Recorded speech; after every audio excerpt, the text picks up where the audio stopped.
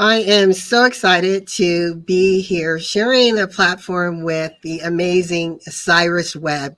As you know, this is not only Black History Month, but it's really important that we talk about how we are creating and spearheading our narrative.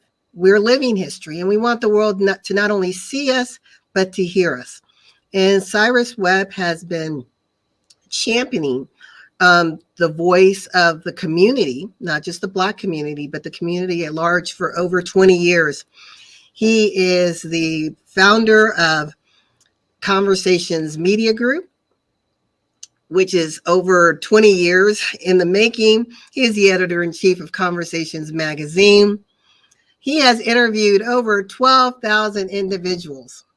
Listen to that, 12,000 individuals. In fact, he was even going for the Guinness Book of Records for the most interviews in a short period of time. Just amazing, amazing. Not only is he an author, he's an influencer, he's an artist, and he's also one of the Amazon top 100 reviewers. But what we really want to focus on right now, Cyrus, is your media experience. And first of all, welcome again. Thank you so much, Luana. And look, kudos to you. Congrats to you on all of your success as well in media. Thank you. I'm learning from you, and I have to also say thank you because Cyrus has been my coach, my mentor, my guide, because this is new waters for me, and I'm learning from the best. So it's been an honor. One of the things that you stated in what you want to do, you said you want to make a difference in how people not only see themselves, but what's possible. How have you been able to take that passion and that focus and weave it into everything that you're doing in the media, whether it's the radio, whether it's your podcast interviews, whether it's your magazine, or just you standing as your own brand? How do you ensure that that's actually happening? Yeah, I appreciate that question, Luana. I think just by being myself, I am a 5'6.5" Black male from Mississippi with no college education, who has done things that people who look like me from where I'm from, have not done before. And I think what has really helped me is realizing that really anything is possible.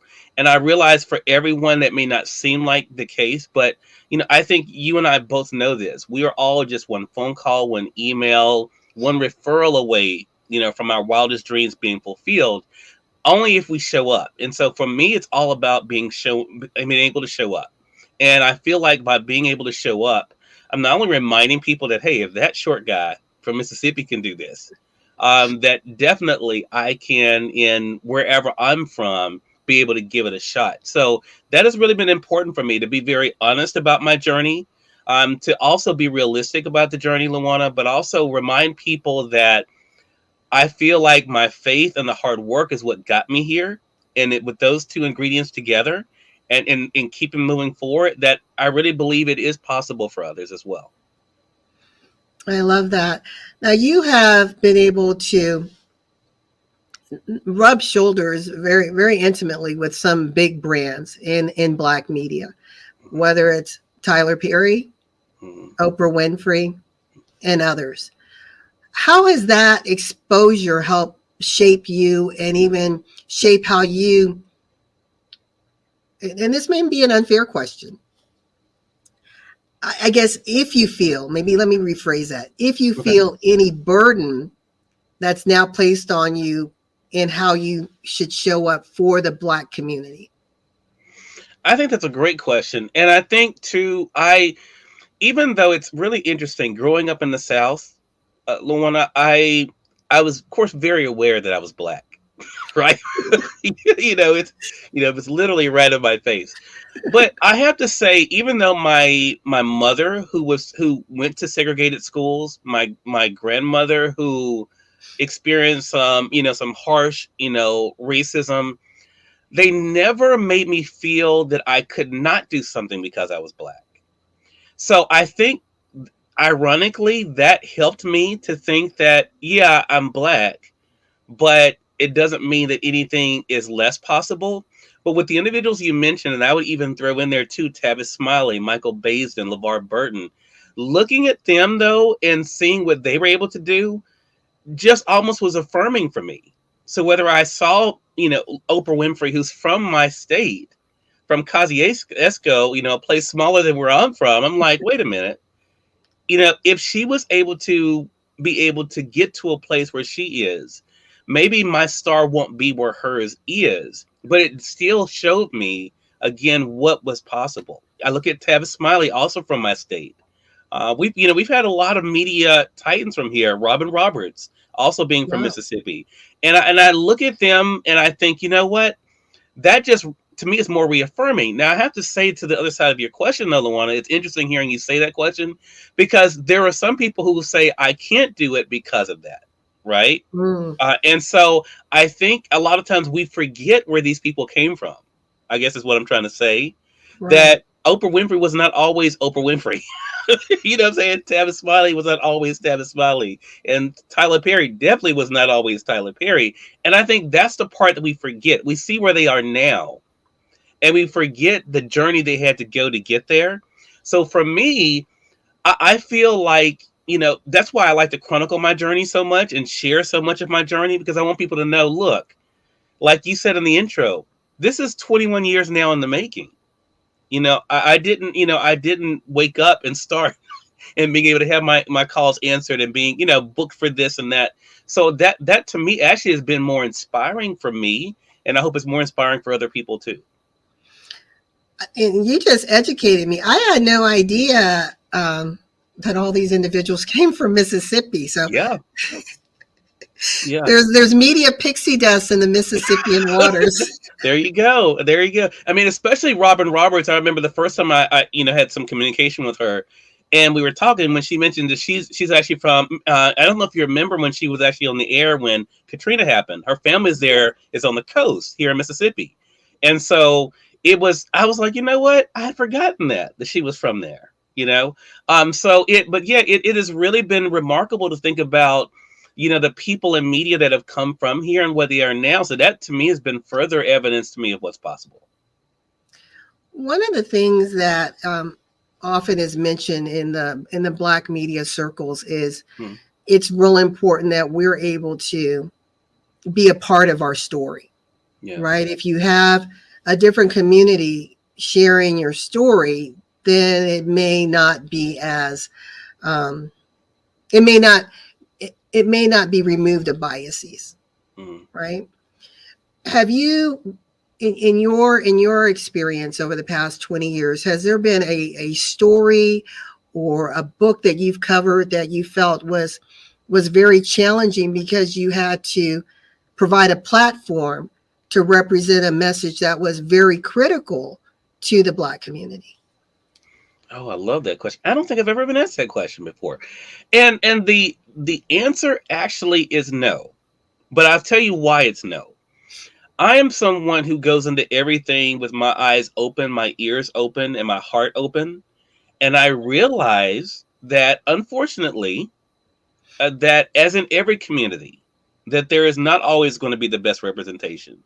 And a lot of times it's because of what people see or what people hear, what people have their experiences been. I had someone say to me, another Black media outlet say to me, the reason I didn't get invited to a lot of, because I have to be honest with you, Luana, I don't know if you know this, a lot of quote unquote Black events do not invite me because they think my audience is too diverse. So even though I am Black media, because I'm Black, so for me, I'm Black media, whether I go around Right. saying I'm Black media or not, I don't get invited to a lot of these things because I'm looked at as not being a part of Black media in their circles. So I said that to say that's what makes me more open, because I understand that everyone comes at things with their different perspective. And so that surprises me that people would not see me as Black media.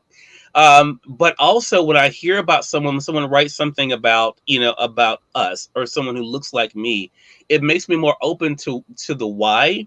So it's not challenging for me. To me, sometimes it's enlightening because it helps me to be able to better understand how others see me and how others have experienced those like me.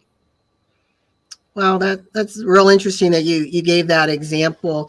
Um, I know you were um, invited to the Black BET Hmm. Music Awards Hmm. before, so Yeah. you have touched some of the big shows. Yeah. Right. Right. But that is interesting. It's to hear that you weren't invited because you weren't considered you were considered too diverse. Yeah. And you know, we're in a time now where the conversations about diversity, inclusion, equity, and belonging are just heightened across the world. And I believe that if we are going to advance as humanity, then being, and I'm not saying there is a time when I think you want to have things that are for specific communities because Hmm. all communities have their own unique challenges. Right. But when we're looking at the bigger push, we can't do it alone. Right. And when we, like you said, it's allowing you to be more open. It's providing an enlightenment for you.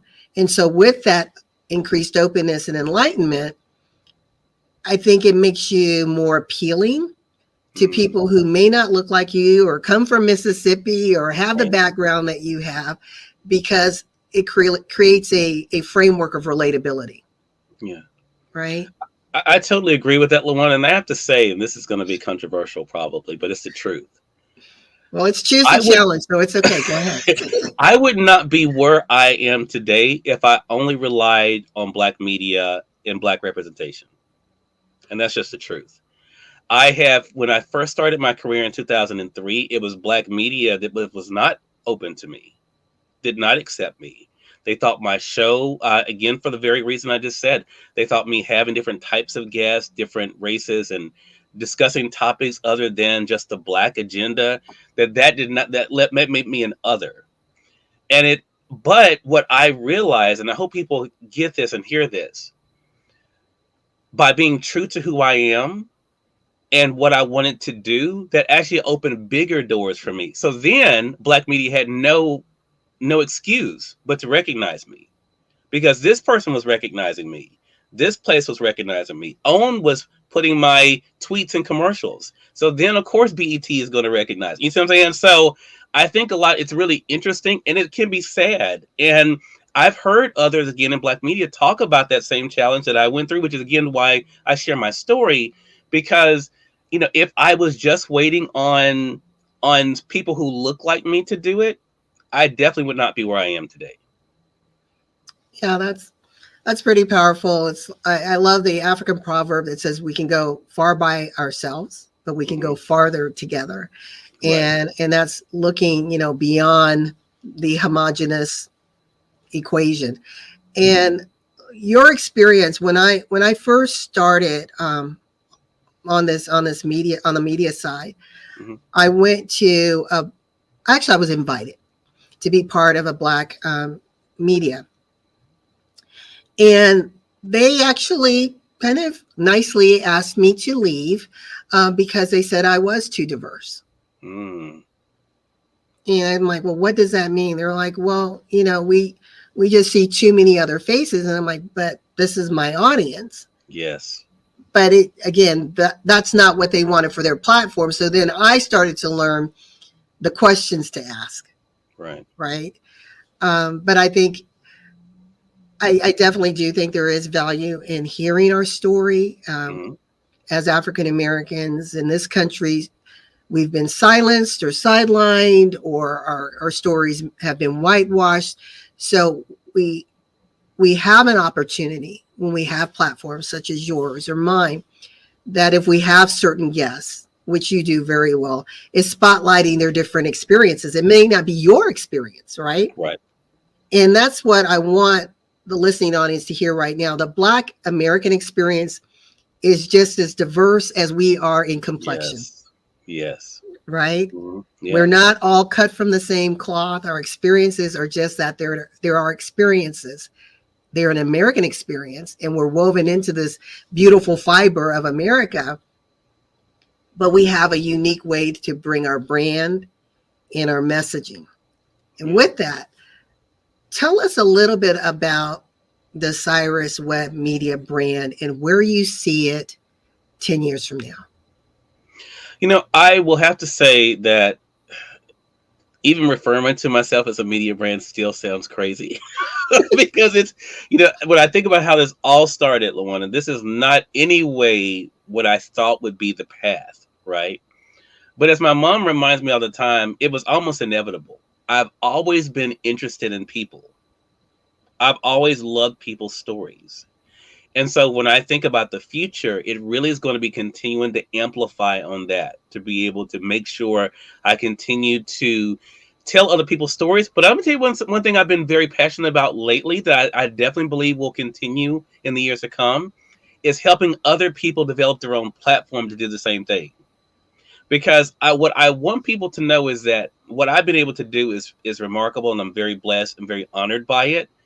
But I really do want to help be kind of a catalyst for others to be able to get into their own thing. And right now, one of the things I'm doing, I'm actually developing, and that's the first time I'm talking about it, a masterclass of basically helping individuals to be able to see what it takes to be able to create their own media brands, to know what it takes to be able to get guests, to be able, to ask the questions that are going to connect with the audience, but also, have other people say, I want to be on that show.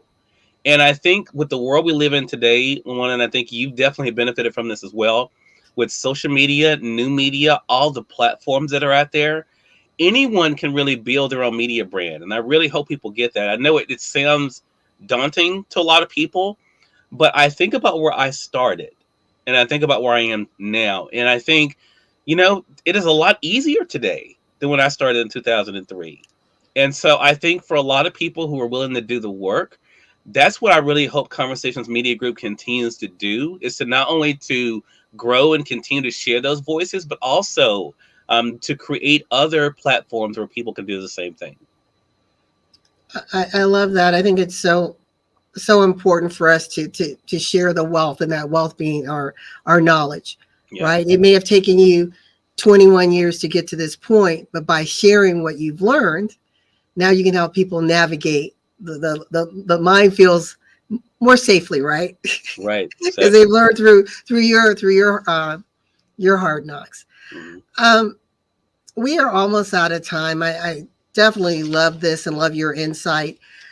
What lasting words would you like to say? Well, two questions. The biggest lesson learned in media, and the last words that you'd like to say to the listening audience, and just a plea to support those in media. I don't even want to say those in Black media, but those in media, because the voice, if silent, we lose everything. Yeah. I appreciate that. I think one of the first thing is to trust your own voice. I think that is the first thing.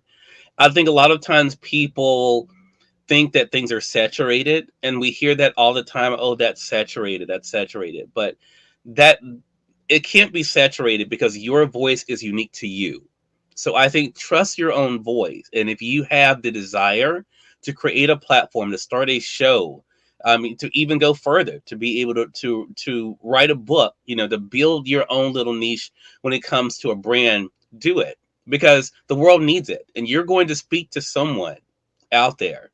Now, the thing is being able to find that audience, which is a totally different step, but know that your voice matters. That's one of the big things I have definitely learned. And if I had looked around in 2003 and said, well, I can't start a show because all these other people have shows, I just imagine there's no way I would have, interviewed the amount of people I have, increased my reach the way that I have, and been able to really build a reputation and brand for myself. So that would be the first thing. The other thing about support, I think, is interesting. And I think for me, the big thing is this, is that real support shows itself. And it's not even with when it comes to money. It's about sharing. It's about talking about things, letting people know what's out there.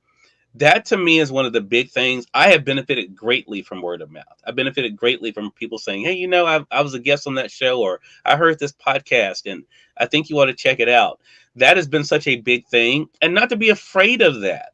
Even if it's something that may fall in your own interest or realm, Don't think that because someone listens to this person or watches this person that they won't support you as well.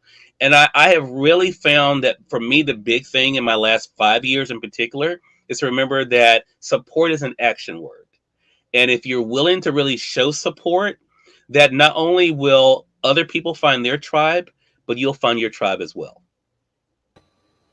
I love that. Beautifully said. Cyrus, how can people connect with you? I try to make it very simple, Luana. So I have my link tree all linked under cyrusweb.com.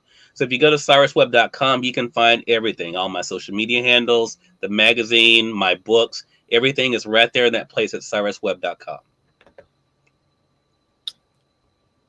Easy breezy, right? Yeah. Well, Cyrus, this has been amazing. Thank you so Thank very you. much for joining me on this very special Black History edition about Blacks in media. Thank you for all that you do. For those of us who want to amplify our platforms, our voices, our presence, it's all about being seen, heard, and respected because we all matter, right? Right. Such a great point. And thank you again, Luana, for all the great work that you're doing. Congratulations on your continued success and the brand that you are building. It's been so exciting for me to watch you rise and shine in media, and definitely looking forward to what you have coming up next. Thank you so much. And we'll talk to you soon. All right. Take care.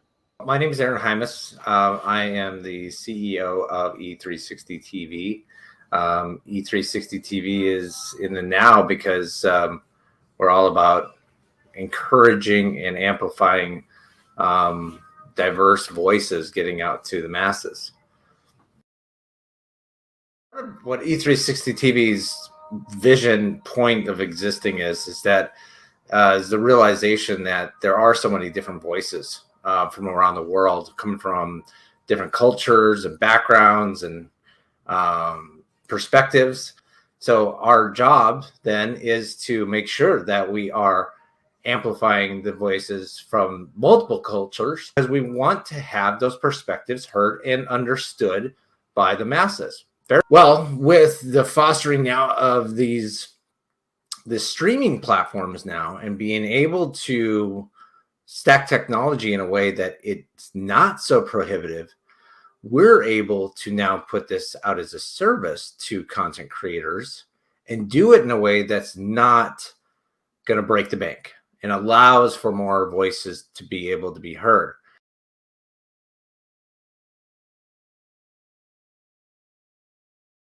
Something special that happened with E360 TV, how we organically grew and how we were organically were diversified at the same time. It just happened. And I think that why this could be a spotlight or an example of what should be done is because it really truly is a pathway for diversity to organically happen in one place.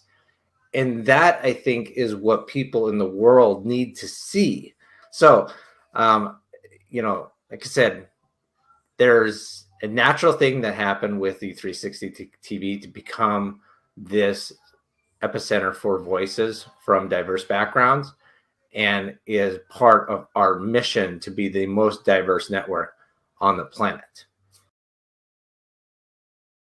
Being a host on E360 TV, I'm going to say, first of all, it's not for everyone. If it truly is in someone's heart, and that's where we like it to come from, is from someone's heart that they really do have a message they want to get out to the world and be a part of E360 TV. You go to e360tv.com, and there's on the side, you'll see a join us. You can also reach out to us via social media like Facebook or Twitter, or we're always under at E360 TV. But that's the best way to get a hold of us, is go that route, and then we'll have a conversation and see if it's for you.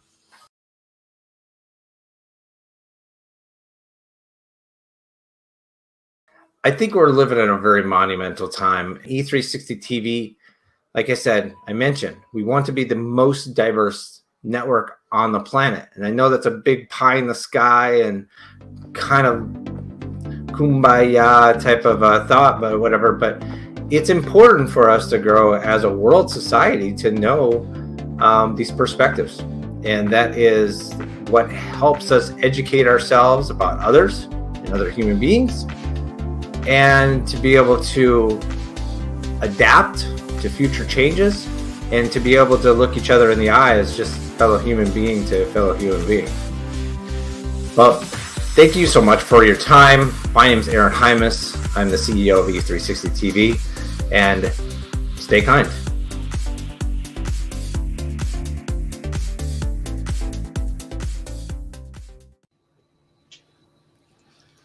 I am so excited to bring you part 2 of this discussion about Blacks in media. Today, we know that diversity, equity, and inclusion and belonging is an ongoing conversation. And we don't want anyone to feel sidelined, anyone to feel silenced. But I had a recent experience that made me realize how small Black media numbers were in the whole. And I wanted to bring to the table today 2 amazing individuals who have quite unique disciplines that fuse with media. It's Dr. Renee Sunday and Dr. Cheryl Bryant Bruce. Both are medical doctors and both are in media. I first will introduce Dr. Renee. Welcome, welcome. Dr. Renee is a 25-year anesthesiologist. She has been rated as a top 100 anesthesiologist in America. She is a media powerhouse. She is a promoter of Good Deeds Magazine, Good Deeds TV show, podcast. She has a power and passion for empowering women and people from around the world. And she is about unleashing the voice so people can be seen, be heard, and get paid. And we have Dr. Cheryl Bryant Bruce, who is I want to make sure I get this right. You are integrative wellness management and longevity, and into longevity medicine. Yes, ma'am. That's a mouthful. Absolutely correct. But obviously, it's something that we've needed because we've talked about the needs in Black and Brown communities and how we can help improve our life cycle and quality of life when it comes to access to medicine. She is also a celebrity in her own right. She is an actress. She has been featured on The Doctors, Access Hollywood. She is now the host of Chatters That Matter. And she also has a passion for elevating the voice of the people.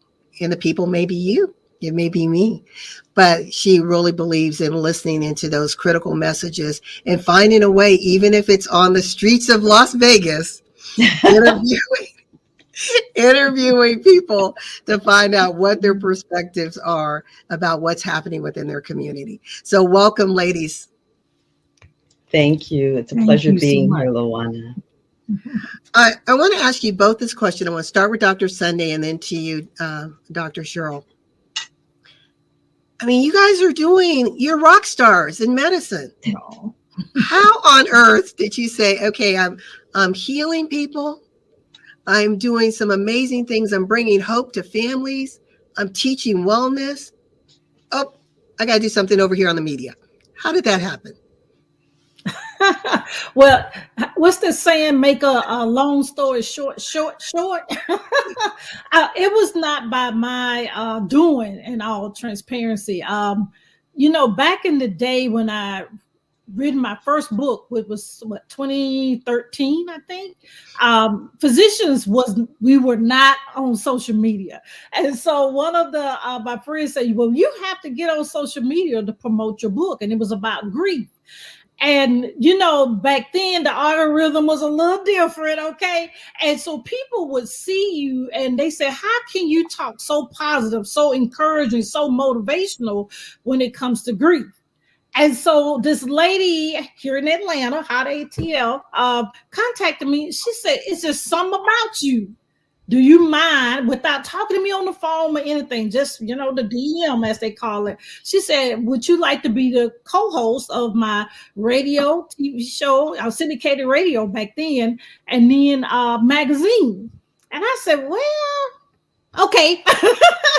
But anyway, and so I was with her under her wings for about a year, but people will pull me aside and say, Dr. Sunday, you need to do this for your own. I'm like, not a physician. And so I took that leap of faith, and it's been amazing since then. I mean, within 3 months, we were on Oprah Winfrey's platform. We were part of the media of TD Jakes media. And then we were, as you guys, part of the NFL when we went to the Super Bowl. And so it just went real quick. And so it's just being positioned in the right place at the right time. I love what you said. So it's you sort of happened upon the opportunity, but because you were willing to open up to what it possibly have, lean into your giftings and talents, trust the partnerships around you, all these amazing doors started to open. Yes, that's right. Dr. I'm truly Cheryl, grateful for that. Yes, that's thank you so much for sharing. Dr. Cheryl, I know you've got a similar story. So tell us a little bit about that. Actually, mine's a bit different, a good bit different, because I started in front of the camera in entertainment. From the time I was just a little sprite. I come from a bit of an entertainment family. My mother was a dancer. My father was a musician. And I got my first organ when I was 5 years old. I had my first international media piece when I was 13 years old.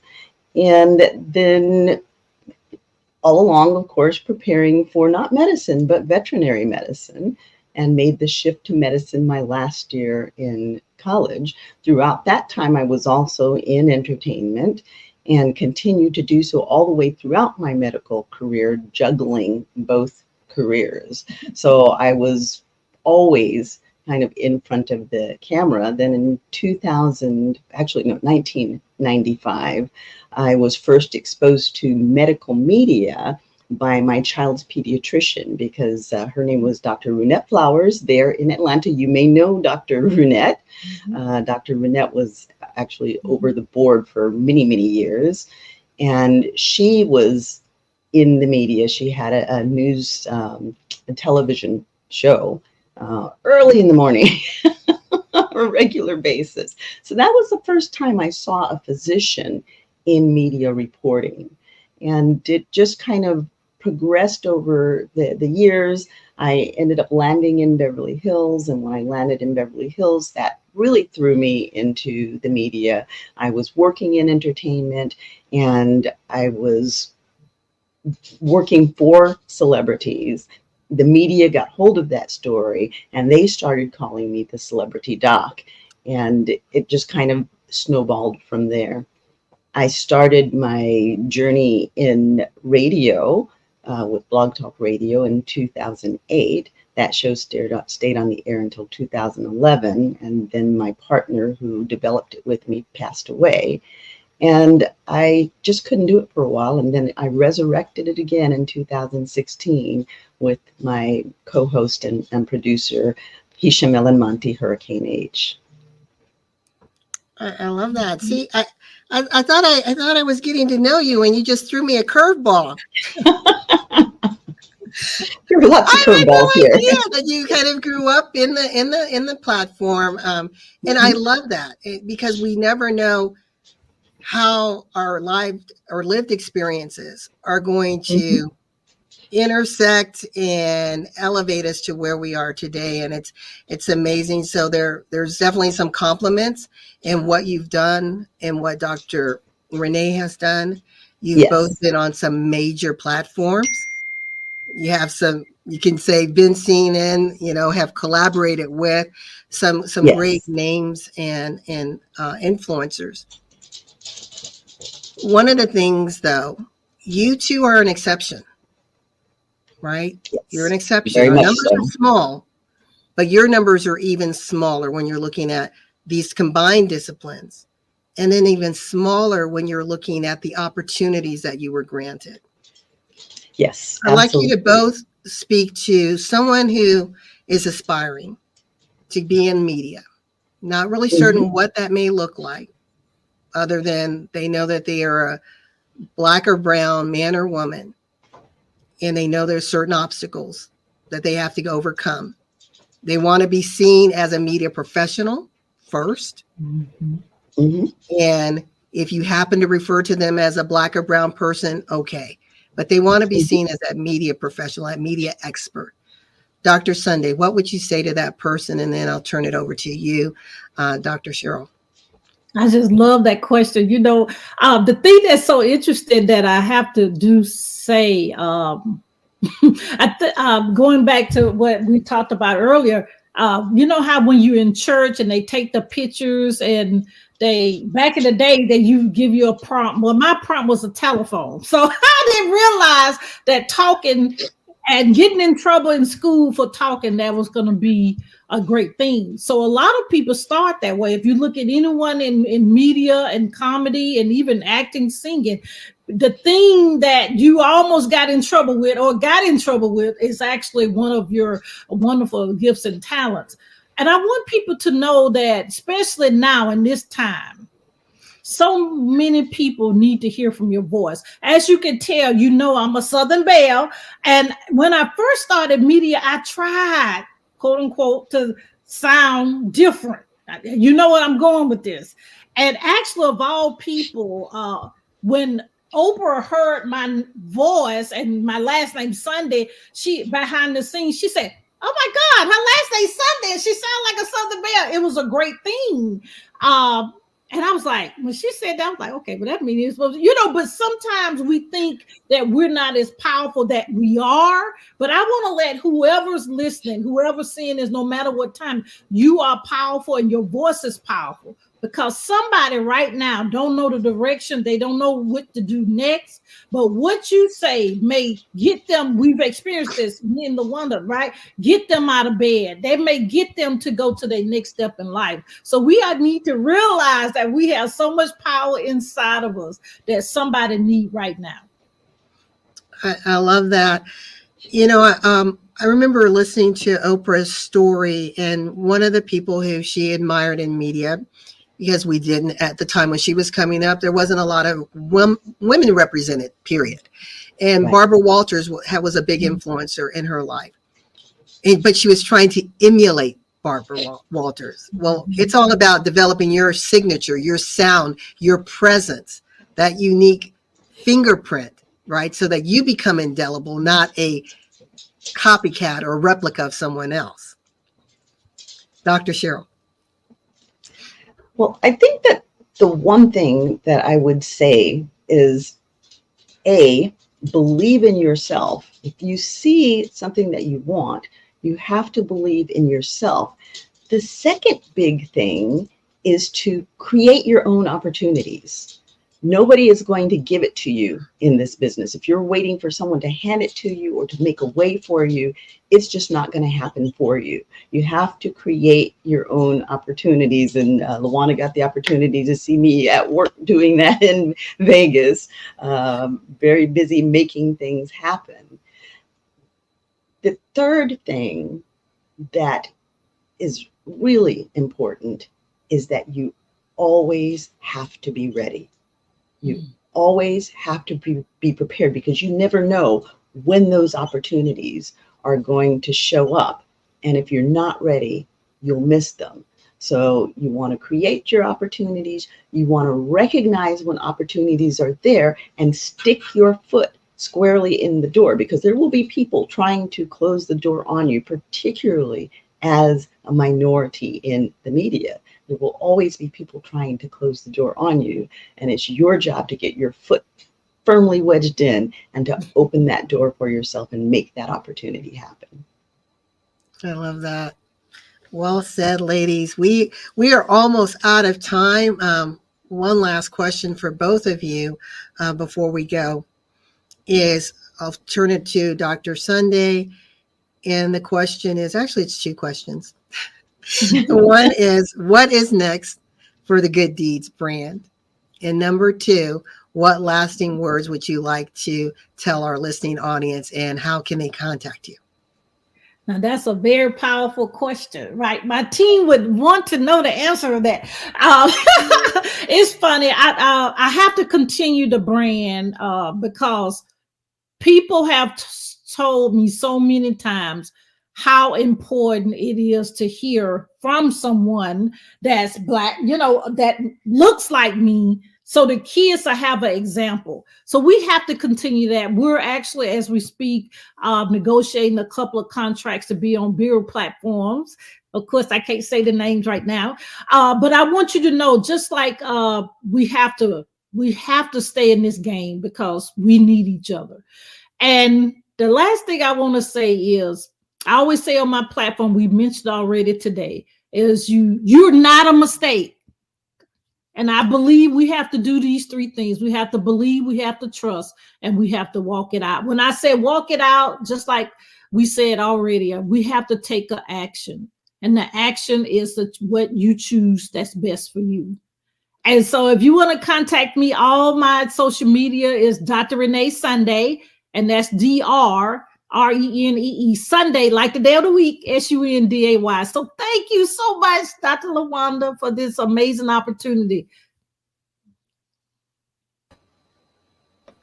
Thank you, thank you, thank you. And this is funny. I'm not a doctor yet. But while I was walking, you see I use the word yet. Every place I was going during Media Week, they were announcing me as doctor. And by the last interview, I was tired of correcting them. I'm like, okay, there must be some prophetic something going on here. Because it just came out like whoop. So yes, it is. Oh, we shall see what God has in store. Don't worry, you'll be there. I'm going to turn it over to you, Dr. Cheryl, with the same two questions, and definitely let everyone know how to reach you. And Dr. Renee, I wanted to just confirm they can reach you at Dr. Renee Sunday on all things social media, correct? Yes, and the website is reneesunday.com. Okay, let me put that up here. So we have here Dr. Renee Sunday, all things social media, Dr. Renee Sunday, and you can visit her on her website at reneesunday.com. And now over to the Chatters That Matter queen, Dr. Cheryl Bryant Bruce. Two questions are, what lasting words would you like to leave with our listening audience? And what is next for Chatters That Matter and the Cheryl Bryant Bruce media brand? Okay, I think that the final words that I would like to leave everybody with is, it's actually our motto: you are your greatest asset, invest in yourself. So again, you have to believe in yourself, you have to make those opportunities, and when you see them, stick your foot in the door and go for them. What's next for me? We have several things on the plate. I'm doing a lot of public speaking. I'm in the process of finishing a book, and we have a big summit coming up in June 14th through 16th. That will be in Las Vegas, Nevada, and it is called Live Your Epic Life. And we talk about how you can create balance, so to speak, in your life, in the areas emotional, mental, physical, financial, family plus 5 ride or die friends, social and spiritual, your spiritual core out of which everything grows, bringing it all together so that you can have a purpose-filled life of abundance. Hope that you will join us for that event. You can find out more about it and follow along as it progresses by reaching out to me at www.CherylBryantBruceMD. You can also reach me on social media. All of my social media is the same, Cheryl Bryant Bruce, MD, and I'm on all of the platforms. Chatters That Matter is growing. We have a lot of really interesting programs coming up, some great celebrity guests, some not so celebrity guests, but definitely some fascinating topics coming up on the table. You can find that show by just going over to the website or you can Google us. We're all over Google, and you can find any of the platforms there in Google. Again, that is Cheryl Bryant Bruce, MD. The only one that is different is TikTok or X, and you can find me there at Celebrity Doc. Thank you so much. So we have Cheryl Bryant Bruce at www. Bryant Bruce MD on all social media except for TikTok at Cheryl Bryant Bruce MD, and TikTok is Celebrity Doc. Yes. Ladies, thank you so very much. Oh, no. Actually, not TikTok. That's Twitter. TikTok is also Cheryl Bryant Bruce, MD. Okay, there we go. Let's do this again. You can contact Dr. Cheryl Bryant Bruce at www. Bryant Bruce MD. Cheryl Bryant Bruce MD on all things social media and on X, Celebrity Doc. Yes, ma'am. Ladies, thank you so very much for being a part of this special Black History episode where we are spotlighting Blacks in media. And what I loved about this message is we were leaning into a message that really resonates with all communities. It's about showing up, being seen, being heard, feeling empowered through your voice, and being able to intersect disciplines, surround yourself with critical partnerships. And both of you said, be ready to seize the opportunity. Absolutely. Your voice matters. Thank you so much, ladies. Until next time. Thank you.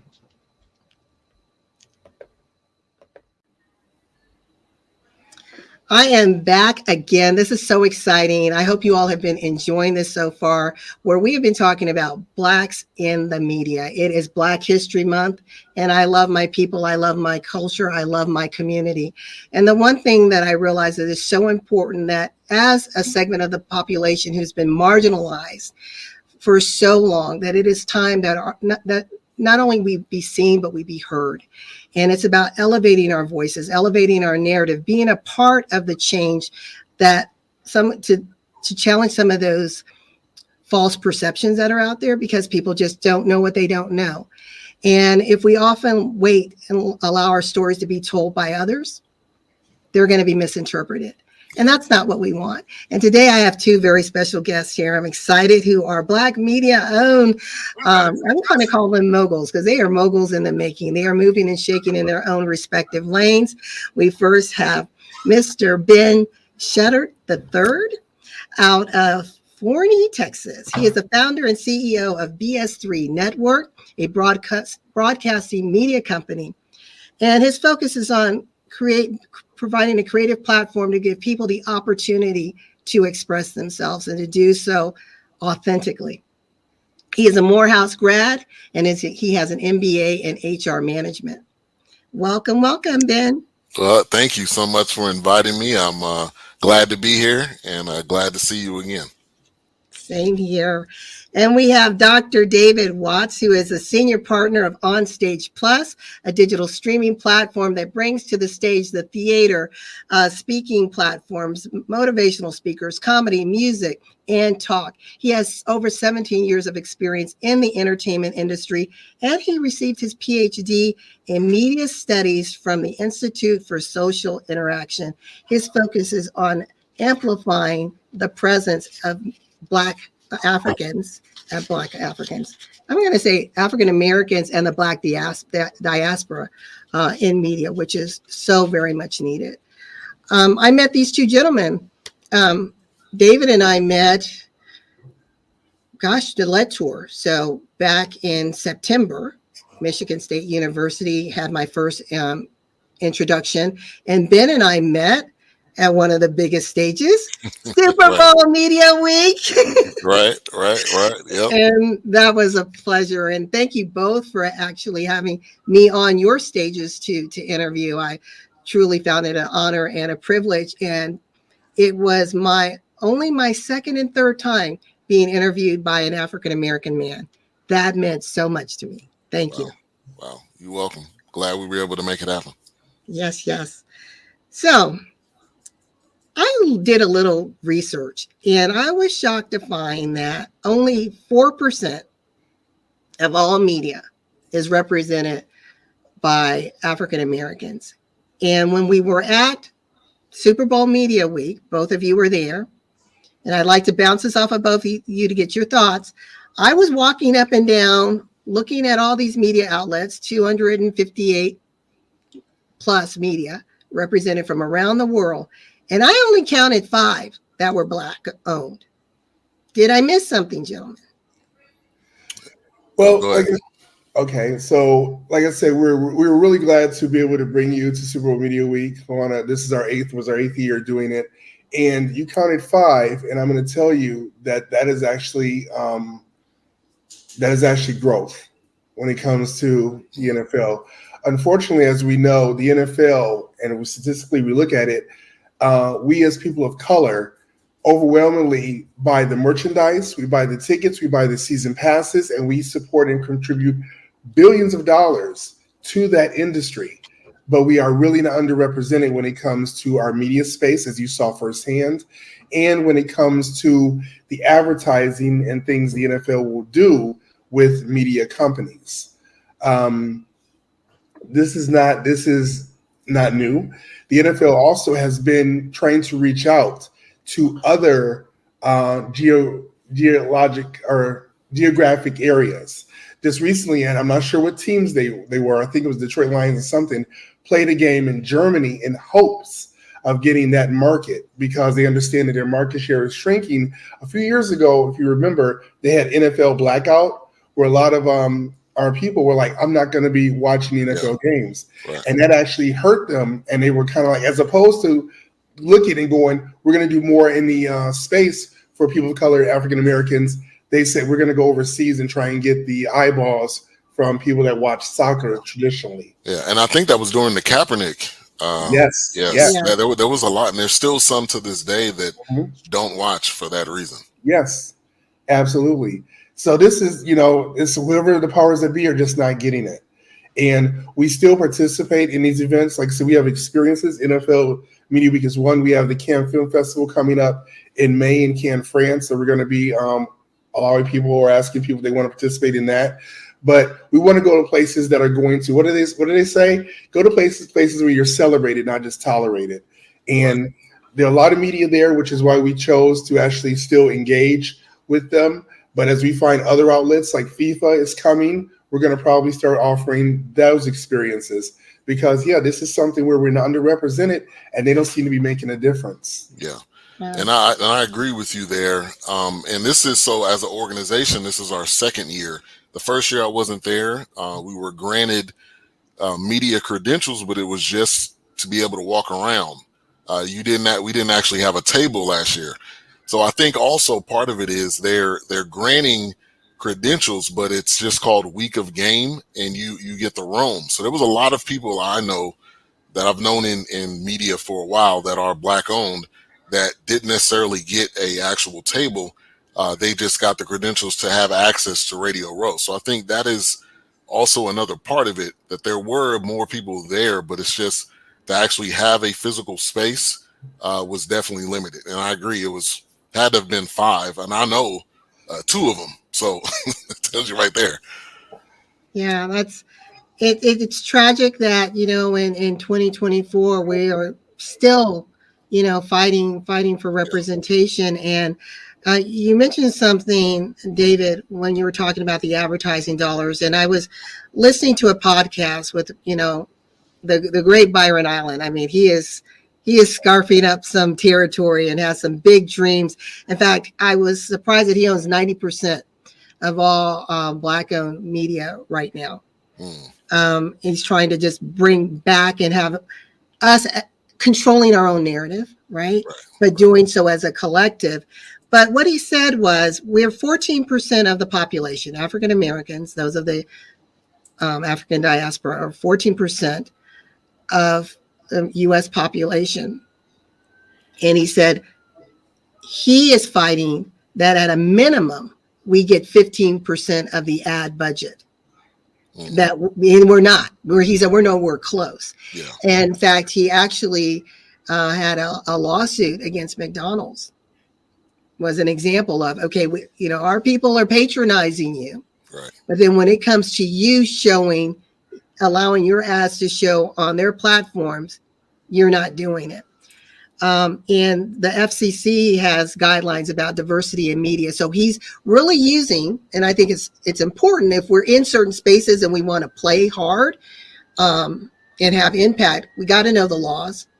We have to know what resources are available and how to leverage that. And so he's using some of the laws, some of his influences to challenge the status quo.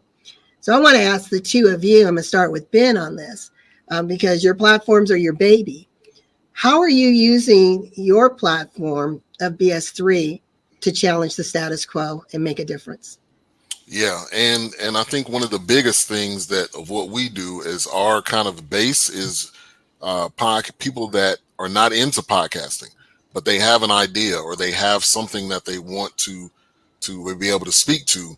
And so those are kind of our base of people that we get into podcasting. We allow them to use the platform, use our following.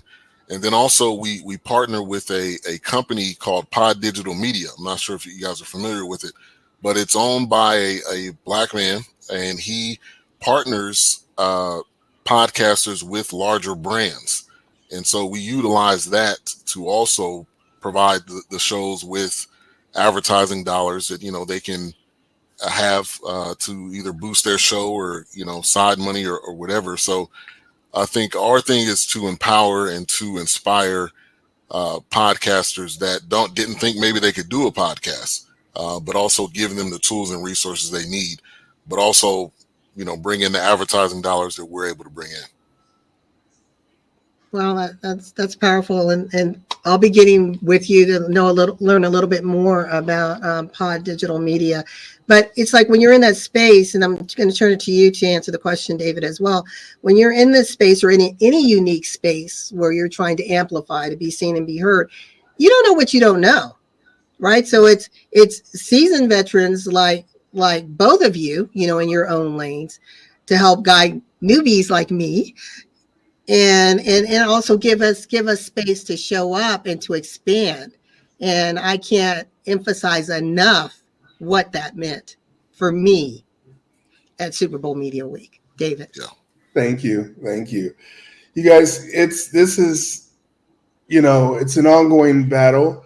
We basically this is going to be our sixth year with the network. And from the beginning, we normally would monetize. We'd have people pay to have their shows on the network.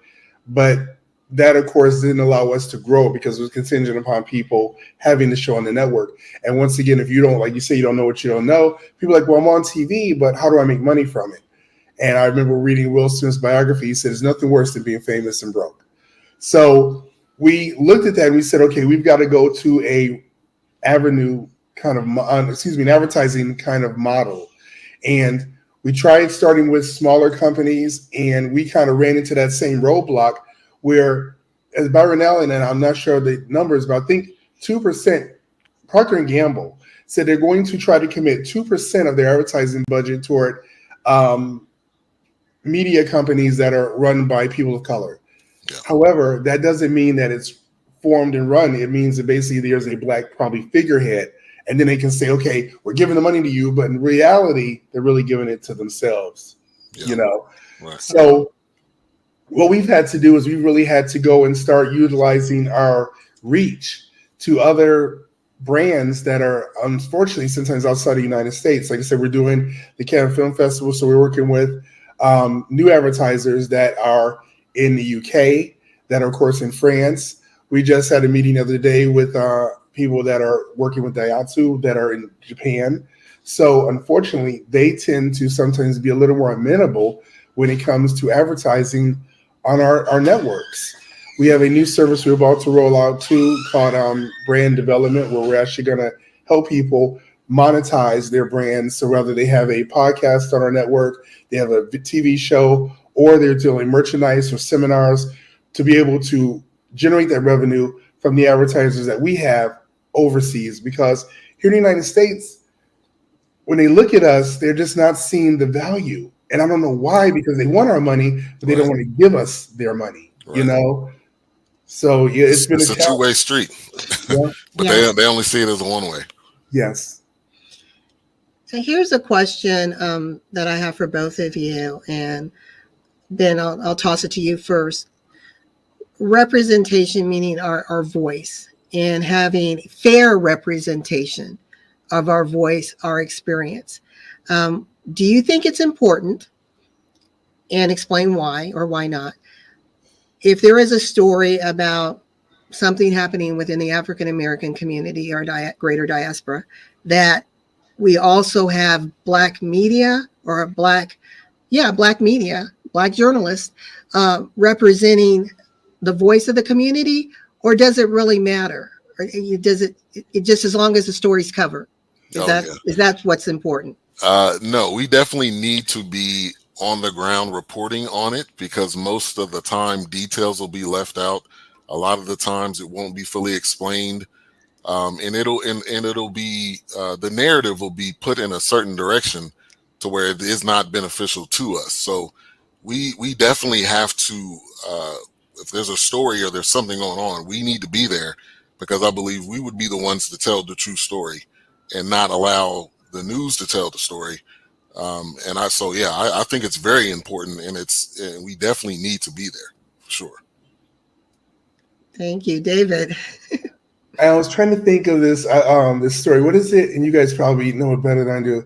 It said until the lion writes the story or gets the gun or something, the story will always favor the hunter, right? Mm. And we cannot have. And was it Winston Hughes who said, "Far too long have others told our story." And I'm paraphrasing this, but you're absolutely right that nobody can tell our story but us who lived it. You can't go into our community and think you know what we're experiencing, what we went through, what we're going through, and tell it through the lens if you haven't lived through that lens. So it's absolutely important. But, I look at was it in the 1920s, there were a lot of African-American theaters.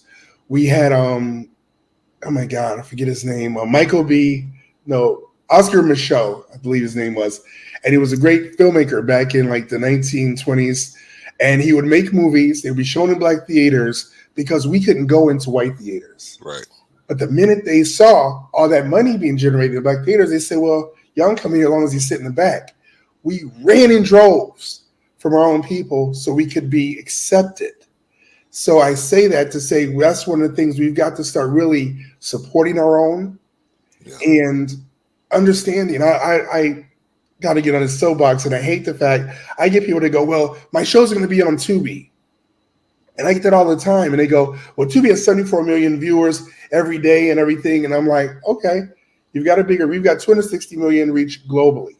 But when you're talking about the daily numbers, yes, we're not at those numbers yet. We have about 100,000. But Tubi's owned by Fox. What is Fox's narrative when it comes to people of color? You're going there, you're putting your shows in there, and I've got different filmmakers that go, well, I'm making pretty good money on Tubi. I go, great, but what risk? And what is the benefit that you're doing in the long term? And we're not seeing that because we're just seeing, I'm getting paid now. Like, well, Master taking good care of me now. Right. Exactly. But it's like down the road, what's going to happen when he decides to pull that from under you or close the door? Then you're going to be looking, going, well, now where can I go? Right. We've been playing checkers. We need to start playing chess. Right. I agree. I had some people, when I told them that I was going to do this show, they were like, Luana, you're on E360 TV and you're bringing other media on the show. And I'm like, yeah, because it's the Black voice. Media to me is media. I'm thankful for my home at E360 TV. And one of the things that I love about the owner, even though he is white, he has a huge, he's strategically placed, like anyone in business, right? It's like, okay, how do I maximize my reach, not only within the white community, but now the broader community? We know America is browning. So if I'm going to survive as a media outlet, I've got to change to represent the people who I serve. And I love that he's created this diverse platform where we have show hosts of all backgrounds and persuasions and men and women, and that he gives us the session to come together as show hosts and talk about the issues. And I think it helps us to both to understand.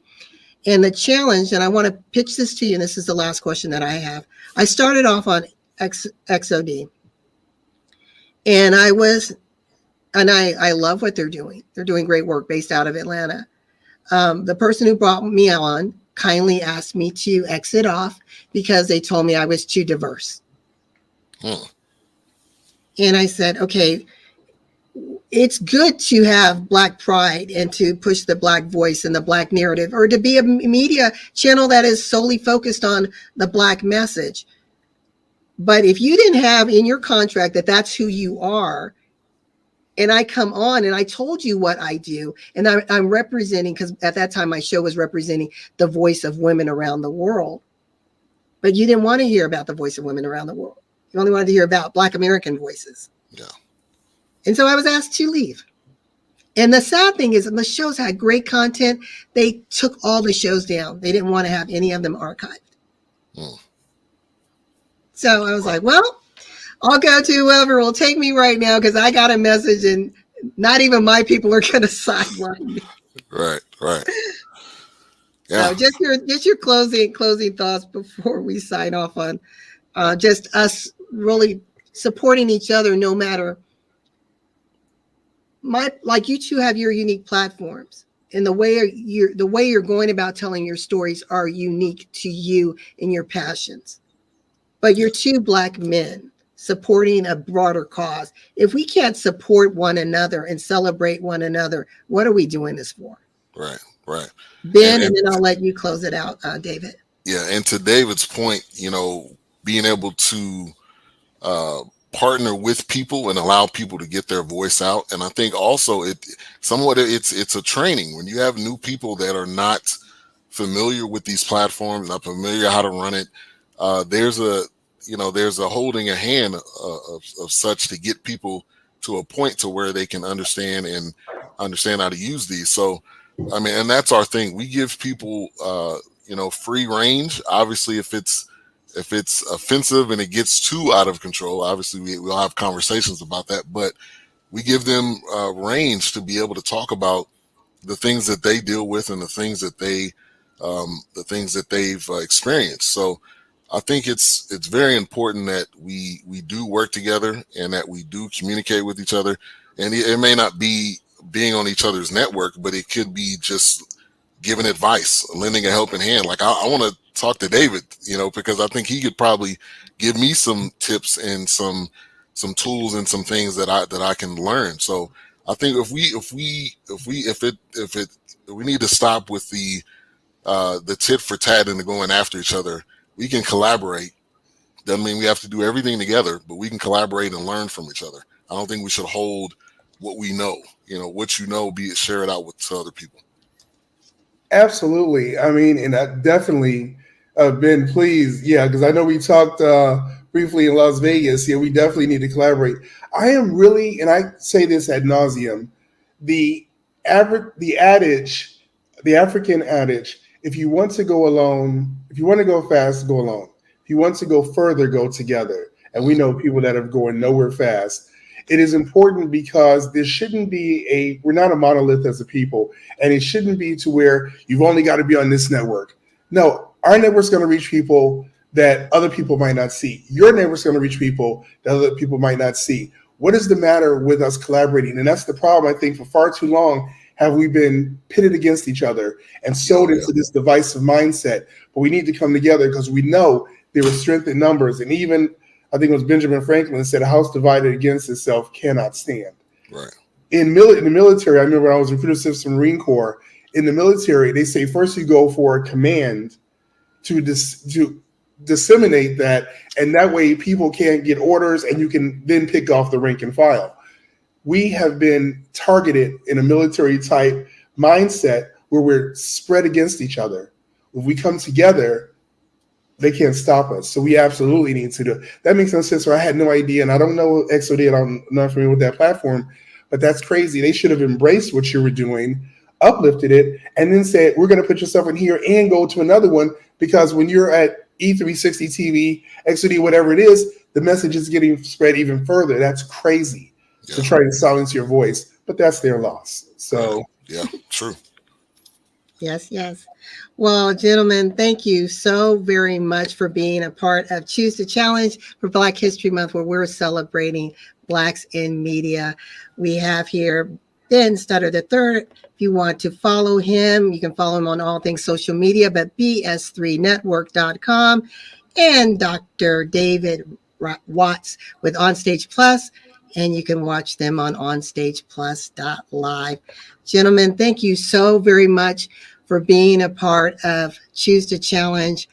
I'm excited for the upcoming things that you all will be doing. Look forward to celebrating you and possibly even partnering in the future. Yes, thank Thank you you. so much for having me. Thank you. Goodbye, everyone. All right. And we will see you next week for another edition of Choose to Challenge.